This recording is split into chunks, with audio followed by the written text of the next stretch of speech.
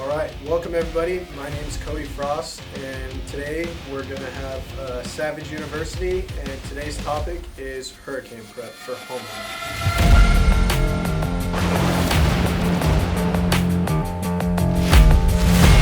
Right, so just being mindful of when hurricane season actually is. It begins June 1st and it ends November 30th. I didn't know that until I actually looked up hurricane season, so being mindful is step number one. The other thing to consider is nobody wants a hurricane. As homeowners, you don't want hurricanes to come here because you want to protect your home, but also roofers, we don't want a hurricane because of the amount of chaos, fear that comes with homeowners and as a roofing company. So although we don't want any hurricanes coming here, it's also very important to be prepared for them. I was in the military before this, and unit readiness is something that's preached consistently, and the same thing translates to construction or the roofing industry. We want to be the most prepared. So the next step is knowing what your financial responsibilities are. So if you reach out to your insurance agent, look up your insurance policy, you want to know what your hurricane deductible is. And that way you're fully aware of what your responsibility financially is going to be. So after you know what your financial responsibilities are, it's great to get with a local roofer and get a pre-inspection done. If you get your pre-inspection done and we notice any damages currently that can be preventative, like a small repair that can prevent costly damages to your home, we can schedule that before any hurricanes come through. But just a good understanding of what to expect in the event of a hurricane, if it's going to damage the roof, if it's in good shape, things that you can prevent. We also had this in the military. It was called preventative maintenance, and it kept us ready for anytime we had to move quickly. After you've gotten your pre-inspection, you and your roofer can walk around the house on the ground and look for any overhanging trees, dead trees, trees that are just kind of, sometimes the soil's really soft, so trees start to hang over in certain directions. And one of the most common calls after hurricane that we get is tree damage. Trees fall over or limbs fall and puncture the shingles. So you and your roofer can identify where these trees may damage your home. So one luxury that we have in the state of South Carolina is we have a program that's a state grant, and it's called South Carolina Safe Homes. So we would do an inspection on your roof and see if you qualify, where the state actually pays for a portion of your roof depending on the income that you make annually.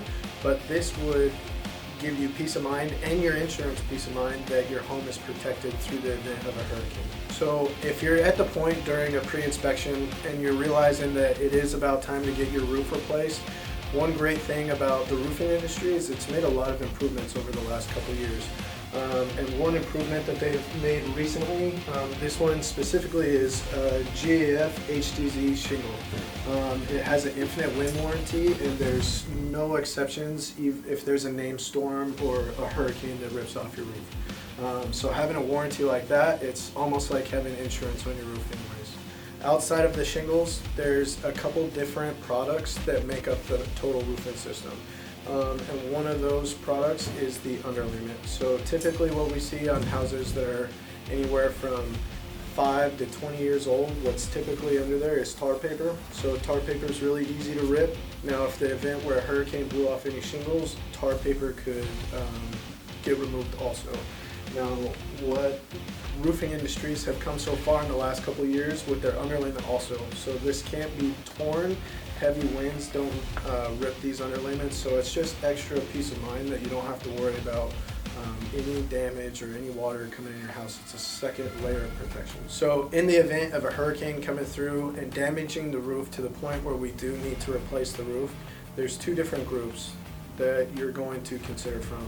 Now there's local roofers, and there's also what the roofing industry calls storm chasers. Now it would be great to get the roof done quickly, and it may be quickly to go through just the first roofer that you find. But once all the storm work is done, that storm chaser may go back to where they're from. So that could be anywhere in the country. Major storms bring roofing companies from all over the country. So months down the line, if it starts leaking for any reason, it'll be really difficult to get that roofing company back. say if they're in Texas or in Arkansas, another part of the country where you might not get somebody to come back out there. Now, what I would recommend to somebody in my community or a close family member is find a local roofer that you really trust. Somebody that's going to be there to install the roof, but if it is construction, so if there are any issues, we can come back out there and help you with those issues. So after the storm, if you don't need to replace your roof or you don't have any leaks, you can consider yourself one of the lucky ones. My recommendation would be still get your roof looked at.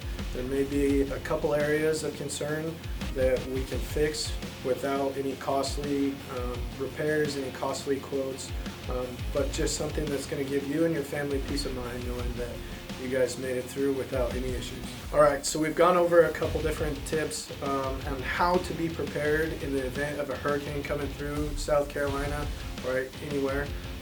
And it's your right as a homeowner to be informed and educated about the hurricane process and also the roofing process. You deserve the best, and stay safe this season.